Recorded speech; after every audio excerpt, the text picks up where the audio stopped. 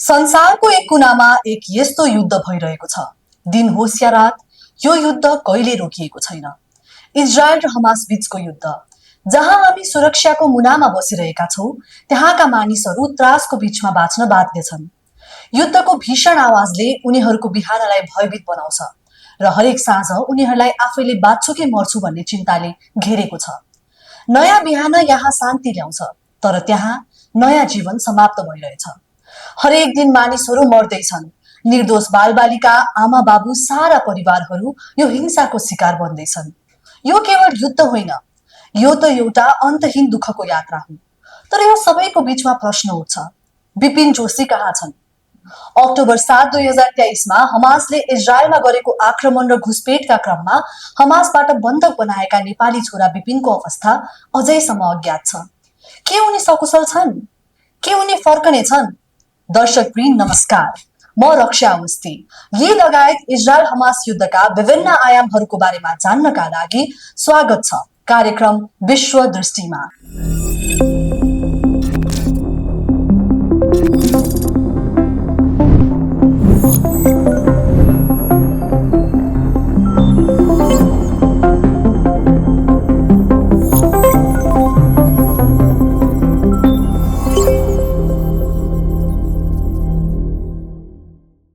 Israel र Palestine विवादको इतिहास। इजरायल हमासको विवाद बुझ्नका निम्ति सर्वप्रथम महत्त्वपूर्ण छ इजरायल र प्यालेस्टाइन बीचको विवाद बुझ्न। इजरायल र प्यालेस्टाइन बीचको विवाद लगभग 100 वर्ष पुरानो हो, जब अहिलेको इजरायल र प्यालेस्टाइनी क्षेत्र प्रथम विश्व युद्ध अघि अटोमन साम्राज्य अन्तर्गत पर्थ्यो। टर्की साम्राज्य भनेर समेत चिनिने अटोमन 14औं देखि 20औं शताब्दीसम्म दक्षिण पूर्वी युरोप, पश्चिमी एसिया र उत्तरी अफ्रिकालाई समेटेर बनाएको ठूलो राज्य थियो। अटोमन साम्राज्यले पहिलो विश्व युद्धमा हार बेहोरेपछि अहिले प्यालेस्टाइनी र इजरायली बीच विवादित यो भूमिलाई बेलायतले आफ्नो नियन्त्रणमा लिएको थियो। त्यति बेला त्यहाँ अरबी मुस्लिमको बाहुल्यता थियो भने अल्पसंख्यक चाहिँ यहुदी थिए। सोही समयमा युरोपमा उत्पीडन भोगिरहेका यहुदी गएर उक्त क्षेत्रलाई आफ्नो नेशनल होमल्यान्ड बनाउन खोजे, जसलाई बेलायतको समर्थन पनि थियो। तर पहिलेदेखि नै त्यहाँ रहेका अरब मुस्लिम वा प्यालेस्टाइनी समुदायले यो कदमको विरोध गर्न थालेका थिए। यहुदीको निम्ति त्यो ठाउँ पुर्ख्यौली थलो थियो र प्यालेस्टाइनीले भने उक्त भूमिमा आफ्नो अधिकार रहेको दाबी गरे। सन् 1920 देखि 1940 र दोस्रो विश्व युद्धका नाजी जर्मनले करिब 60 लाख यहुदीको नरसंहार गरेको भनिने घटनाबीच त्यहाँ पुग्ने यहुदीको संख्या बढ्यो। यस्तोमा यहुदी र अरब जनसंख्या बीच तनाव बढ्यो। सन् 1947 मा संयुक्त राष्ट्रसंघ प्यालेस्टाइनलाई यहुदी र अरब राज्य गरी दुई हिस्सामा विभाजन गर्नुपर्ने भन्दै मतदान गरिएको थियो। जेरुसलेममा दुवै यहुदी र अरब एकदम महत्त्वपूर्ण भएका कारण यसलाई अन्तर्राष्ट्रिय शहरका रूपमा मानिएको थियो। यो कुरामा यहुदी पक्षले स्वीकार गरे भने अरब पक्षले यसलाई स्वीकार गरेन। विवादको समाधान नदेखेपछि सन् 1948 मा यहुदी नेताहरूले इजरायल स्थापनाको घोषणा गरे। इजरायलको यो कदमको धेरै प्यालेस्टाइनीले विरोध गरेसँगै युद्ध भयो। छिमेकी देशहरूले सैन्य बल प्रयोग गरेर हस्तक्षेप गरे भने त्यति बेला लाखौं प्यालेस्टाइनी आफ्नो घर छोडेर भागेका थिए। सन् 1947 देखि 1950 सम्मको अवधिमा युद्धको बेला 7 लाख भन्दा बढी प्यालेस्टाइनी नागरिक त्यहाँबाट विस्थापित भएको मानिन्छ। युद्ध विराम गरिँदा इजरायलले प्यालेस्टाइनको महत्त्वपूर्ण भूभाग नियन्त्रणमा लियो। त्यसै बेला जोर्डनले वेस्ट ब्याङ्क कब्जा गरेको थियो भने इजिप्टले गाजा। जेरुसलम भने पश्चिममा इजरायली र पूर्वमा जोर्डनको सेनाबीच विभाजित थियो। शान्ति सम्झौता नहुँदा इजरायल र प्यालेस्टाइन बीच निरन्तर युद्ध जारी रह्यो। सन् 1967 को अर्को युद्धमा इजरायलले जेरुसलम, वेस्ट ब्याङ्क र गाजा लगायत ठूलो क्षेत्र नियन्त्रणमा लियो। अहिले अधिकांश प्यालेस्टाइनी शरणार्थीका रूपमा गाजा र वेस्ट ब्याङ्कमा छन्। छिमेकी मुलुक जोर्डन, सिरिया र लेबनानमा पनि उनीहरू छन्। इजरायलले यहुदी राज्यको रूपमा आफ्नो अस्तित्वलाई खतरा हुने भन्दै यी प्यालेस्टाइनीलाई आफ्नो घर फर्कन दिएको छैन। कसरी जन्मियो हमास? सन् 1988 को हमासको स्थापना मुस्लिम ब्रदरहुडबाट भएको हो। हमासको पूरा नाम हो हरकत अल मुकावव अल इस्लामिया, जसको अर्थ इस्लामिक प्रतिरोध आन्दोलन हो। हमासले प्यालेस्टाइनको स्वतन्त्रताका लागि सशस्त्र संघर्षलाई नै मुख्य उद्देश्य बनाएको छ। हमासको प्रमुख उद्देश्य भनेको इजरायललाई समाप्त पार्नु र प्यालेस्टाइनलाई इस्लामिक राज्यको रूपमा स्थापना गर्नु हो। सुरुवातमा हमास स्थापनालाई इजरायल र इजरायलको पक्षमा रहेको अमेरिकाले वामपन्थी झुकाव रहेको प्यालेस्टाइन मुक्ति संगठन र यसको बढ्दो विश्वव्यापी प्रभाव कम गर्ने अवसरको रूपमा बुझेका थिए। विकिलिक्सले सार्वजनिक गरेको विभिन्न गोप्य दस्तावेजले सुरुवातमा इजरायल आफैले हमासलाई संरक्षण र सहयोग पुर्याएको खुलासा गरेका छन्। उनीहरूको गतिविधि सशस्त्र सङ्घर्ष, रकेट आक्रमण र आत्मघाती बम विस्फोटहरूमा आधारित छन्। सन् 2006 मा भएको प्यालेस्टाइन मुक्ति संगठनको चुनावमा हमासले बहुमत सिट जित्यो, तर यसरी अराफतको पार्टी फतह र हमास सत्ता साझेदारीको सम्झौतामा पुग्न सकेन। उनीहरू बीच नै द्वन्द्व सिर्जना भयो र यसले प्यालेस्टाइनको स्वतन्त्रता आन्दोलनलाई गहिरो क्षति पुर्यायो। फतह र हमास बीचको द्वन्द्व अहिले पनि जारी छ। सन् 2007 पछि हमासले गाजा आफ्नो पकडमा राखेको छ र यहाँको प्रशासन पनि उसकै हातमा छ। वेस्ट ब्याङ्कको प्रशासन र प्यालेस्टाइन मुक्ति संगठन भने फतहको नेतृत्वमा छ। हमास र गाजा स्ट्रिप। गाजा स्ट्रिप 41 किलोमिटर लम्बाई र 10 किलोमिटर चौडाई भएको इजरायल, इजिप्ट र भूमध्य सागर बीचको भूभाग हो। सन् 2006 मा हमासले गाजामा भएको निर्वाचन जितेपछि उनीहरूले गाजामा शासन चलाउन थाले, तर हमासको शासकीय शैली र इजरायलसँगको सम्बन्धका कारण गाजा स्ट्रिपमा द्वन्द्व झन उग्र हुँदै गयो। इजरायलले हमासलाई आतंकी संगठनको रूपमा मान्छ, जसका कारण उसले हमासमाथि आक्रमणहरू गर्दै आएको छ। गाजामा हमासको शासनका कारण यहाँको जनजीवन निकै कठिन बनेको छ। आर्थिक नाकाबन्दी, बेरोजगारी, खानेपानीको अभाव र चिकित्सा सेवाहरूको कमी कमजोरीले गाजाका बासिन्दाहरू निकै कष्टपूर्ण जीवन बाँचिरहेका छन्। किन गर्यो हमासले इजरायलमाथि आक्रमण? प्यालेस्टाइनको विद्रोही संगठन हमासले इजरायलमाथि अप्रत्याशित आक्रमण गर्दा उक्त आक्रमणमा हमासले 40 भन्दा बढी यहुदी बच्चाहरूलाई जिउँदै जलाइदिएको थियो। लर्न एन्ड अर्न कार्यक्रम मार्फत अध्ययन गर्न इजरायल पुगेका निर्दोष नेपाली विद्यार्थीहरू पनि यसको शिकारमा परेका थिए। तर हमासले इजरायलमाथि गरेको आक्रमण पछाडिको मुख्य कारणहरू के हुन्? हमासले इजरायलमाथि गरेको आक्रमणको प्रमुख कारण भनेको गाजा स्ट्रिपमा इजरायली नाकाबन्दी र कब्जा हो। गाजामा खाद्यान्न, पानी र औषधिको अभाव छ र जनताले अत्यन्त कठिन परिस्थितिमा जीवन बिताइरहेका छन्। यस नाकाबन्दीलाई अन्त्य गर्न र प्यालेस्टाइनीको हक अधिकारको लागि सङ्घर्ष गर्न भन्दै हमासले आक्रमणहरू गर्छ। यसका साथै अल-अक्सा मस्जिद मुसलमानहरूको पवित्र स्थल हो, जुन जेरुसलममा अवस्थित छ। इजरायलले यस क्षेत्रमा गरेको हस्तक्षेप र यहाँको सुरक्षामा गरेका गतिविधिहरूले प्यालेस्टाइनीहरूलाई उत्तेजित गर्छ। हमासले अल-अक्सा मस्जिदको रक्षा गर्न आफूलाई जिम्मेवार ठान्छ र त्यही कारणले पनि उनीहरूले इजरायलमाथि आक्रमण गर्छन्। हमासले आफूलाई प्यालेस्टाइनीहरूको रक्षाकर्ता र नेताको रूपमा देखाउन चाहन्छ। अन्य राजनीतिक दलहरू जस्तै फतहसँग प्रतिस्पर्धामा हमासले आफूलाई सशक्त र प्रभावशाली शक्ति साबित गर्न आक्रमणको रणनीति अपनाउँछ। हमासको आक्रमण पछिको प्रभाव। अक्टोबर 7, 2023 मा हमास समूहले इजरायलमा गरेको आक्रमणपछि इजरायलको अवस्था कठिन बनेको छ। हजारौं रकेट र फाइटरहरूको सहायतामा जमिन, समुद्र र आकाशबाट दक्षिणी इजरायलमा आक्रमण गरिएको थियो। यस आक्रमणमा 1200 भन्दा बढी इजरायली नागरिकहरूको मृत्यु भएको थियो र 253 जना बन्धक बनाइएका थिए, जसमध्ये नेपालका विपिन जोशी पनि एक हुन्। यो घटना इजरायलको इतिहासमा सबैभन्दा घातक दिन बन्यो। यस आक्रमणले इजरायलको सुरक्षा प्रणालीलाई ठूलो चुनौती दिँदै देशभरका नागरिकहरूमा आतंक फैलायो। आक्रमण बिहान 6:30 बजे सुरु भयो, जब हमासले 2200 भन्दा बढी रकेटहरू इजरायलमा प्रहार गर्यो। यी रकेटहरू इजरायलको आइरन डोम प्रणालीको अधिकांश रोक्न असफल भए। आक्रमणका क्रममा 1500 भन्दा बढी हमासका लडाकुहरूले इजरायलको सीमामा प्रवेश गरे र नागरिक क्षेत्रहरूमा आक्रमण गरे। संयुक्त राष्ट्र संघका अनुसार 7 अक्टोबरदेखि गाजामा 35,000 भन्दा बढी मानिसहरू मारिएका छन् र 78,227 जना घाइते भएका छन्।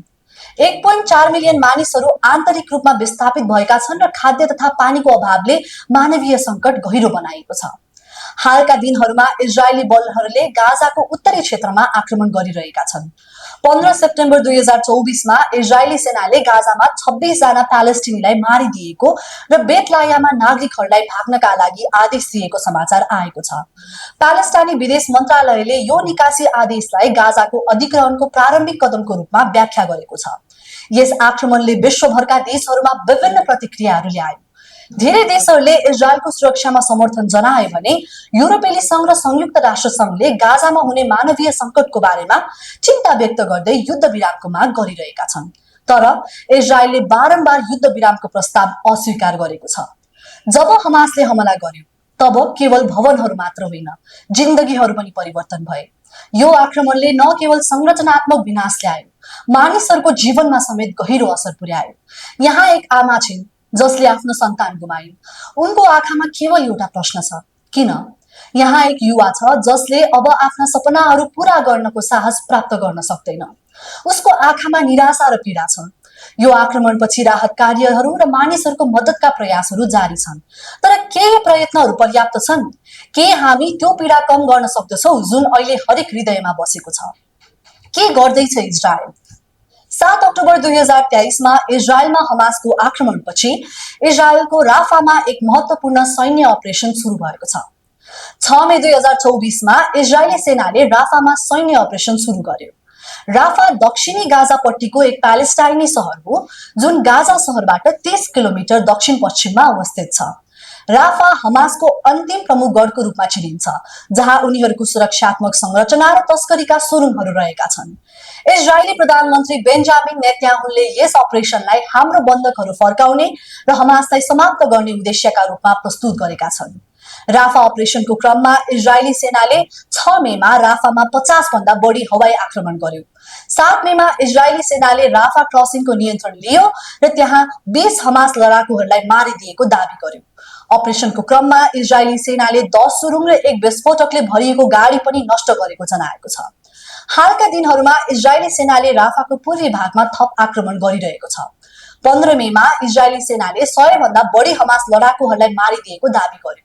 यसले राफामा 6 लाख भन्दा बढी मानिसहरूलाई विस्थापित गरिदिएको छ। राफा अपरेसनले गाजामा ठूलो मानवीय सङ्कट निम्त्याएको छ। 1 लाख भन्दा बढी मानिसहरू राफाबाट भाग्नका लागि बाध्य भएका छन् र उनीहरूलाई सुरक्षित स्थानमा जान गाह्रो भइरहेको छ। मानवीय संस्थाहरूले राफामा खाद्य र पानीको अभावको बारेमा चेतावनी दिएका छन्। राफा अपरेसनले अन्तर्राष्ट्रिय समुदायमा पनि चासो पैदा गरेको छ। अमेरिकी राष्ट्रपति जो बाइडेनले इजरायललाई चेतावनी दिएका छन् कि यदि पूर्ण पैमानेको आक्रमण गरियो भने उनीहरूले इजरायललाई हतियारको आपूर्ति रोक्न सक्छन्। यद्यपि इजरायलले भनेको छ कि यो अपरेसन आवश्यक छ र यसले हमासको सैन्य संरचनालाई समाप्त गर्न मद्दत गर्नेछ। राफा अपरेसन र इजरायलका हालका गतिविधिहरूले गाजामा मानवीय सङ्कटलाई गहिरो बनाएको छ। इजरायलको सैन्य कारबाही र राजनीतिक निर्णयहरूले क्षेत्रको स्थिरता र शान्ति प्रक्रियामा ठूलो चुनौती प्रस्तुत गरेको छ। इजरायल हमास युद्धको विश्वव्यापी प्रभाव। इजरायल हमासको युद्धले उक्त क्षेत्रमा मात्र प्रभाव पारेको छैन, यसको प्रभाव विश्व मानचित्रमा नै परेको छ। युरोपका विभिन्न देशहरूले इजरायलको समर्थनमा आवाज उठाएका छन् र मानवीय सङ्कटको बारेमा चिन्ता पनि व्यक्त गरेका छन् भने फ्रान्स, जर्मनी र युके जस्ता देशहरूले इजरायलको आक्रमणको आलोचना गरेका छन्। संयुक्त राष्ट्र संघले युद्ध विरामको माग गर्दै विभिन्न प्रस्तावहरू ल्याएको छ, यद्यपि यिनीहरूलाई कार्यान्वयनमा ल्याउन चुनौती भइरहेको छ। चीन र रुसले भने प्यालेस्टाइनको समर्थन गर्दै इजरायलको आक्रमणको विरोध गरेका छन्। यसले विश्वमा ध्रुवीकरण समेत बढाएको छ। नेपालमा पनि यस युद्धको प्रभाव देखिएको छ। आक्रमण गर्दा 10 जना नेपाली विद्यार्थीको मृत्यु भएको थियो र 4 जना घाइते भएका थिए। नेपाली विद्यार्थी विपिन जोशीलाई भने हमास समूहले नियन्त्रणमा लिएर गाजातर्फ लगेको थियो र उनको अवस्था अझै पनि अज्ञात छ। उनको रिहाईका लागि नेपाल सरकारले इजरायलसँगै कतार र इजिप्टसँग समेत कूटनीतिक पहल गर्दै आएको छ, तर उनको रिहाई हुन सकेको छैन।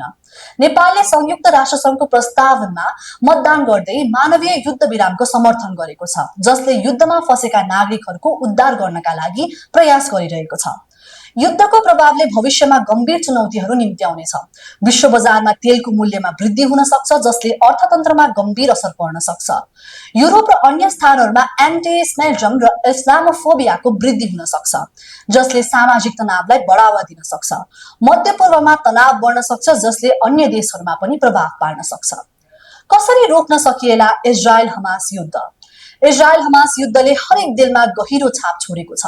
सहरका सहर, गाउँका गाउँ र हरेक परिवारले यो संघर्षको पीडा भोगेको छ। तर यो घामको अँध्यारोमा शान्तिको किरण खोज्न हामीलाई एक सकारात्मक मार्गमा लाग्नु पर्दछ। अब यो प्रश्न उठ्छ कि यो युद्ध कसरी अन्त्य हुन सक्छ? युद्ध अन्त्यका लागि कूटनीतिक वार्ता महत्त्वपूर्ण हुन सक्छ। मध्यस्थकर्ता राष्ट्रहरू जस्तै संयुक्त राज्य अमेरिका, इजिप्ट र कतारले यसमा महत्त्वपूर्ण भूमिका खेल्न सक्छन्। दुवै पक्षका साझा सहमति खोज्नका लागि अन्तर्राष्ट्रिय समुदायले बलियो पहल गर्नुपर्छ। युद्धले सबैभन्दा धेरै असर गाजाका नागरिकहरूमा पारेको छ। यस क्षेत्रमा मानवीय सहायता पुर्याएर नागरिकहरूको जीवन सुधार्न सकिन्छ।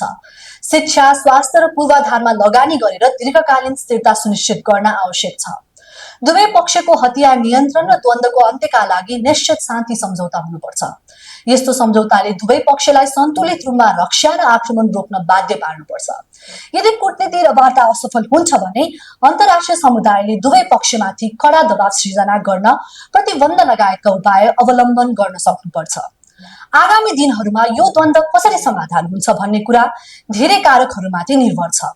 तर एउटा स्पष्ट समाधान भनेको शान्ति प्रक्रियामा सबै पक्षले इमानदारीपूर्वक सहभागी हुनु हो। गाजामा मात्र नभई सम्पूर्ण क्षेत्रमा दीर्घकालीन शान्तिका लागि आर्थिक, सामाजिक र सांस्कृतिक पुनर्निर्माणको आवश्यकता छ। आज हामीले यो बुझेका छौं कि युद्ध केवल सीमा भित्र मात्र होइन, यो त मानवताको घाउ हो। यो तिनीहरूको मात्र होइन, हाम्रो पनि कथा हो। अब यो युद्ध कहिले रोकिने हो? विपिन जोशी जस्ता हजारौं मानिसहरू फर्किने आशमा रहेका छन्। तपाईहरुलाई के लाग्छ? आफ्नो विचार राख्न नबिर्सिनुहोला। साथै अखबारका अन्य सामग्रीहरू पनि हेर्दै गर्नुहोला। विश्व दृष्टिको अर्को अङ्क लिएर हामी फेरि उपस्थित हुने नै छौं हरेक दिन साँझ 8 बजे मात्र अखबार टेलिभिजनमा। म तपाईहरुकी कार्यक्रम प्रस्तुतकर्ता रक्षा ओस्तीका साथ।